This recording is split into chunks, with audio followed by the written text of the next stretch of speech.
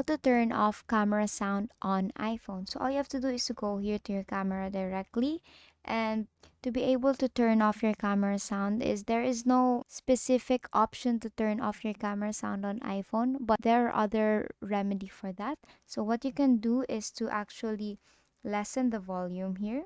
You have to lessen the volume of your iPhone up until it doesn't have any volume, like 0% volume, and then go to camera, and now you will be able to capture images or use your camera without having any camera sound. Now the other option for that is you can actually set your phone into silent mode here, and even though if it's on high volume, if you take a photo here, you won't be able to hear any camera sound on your iPhone.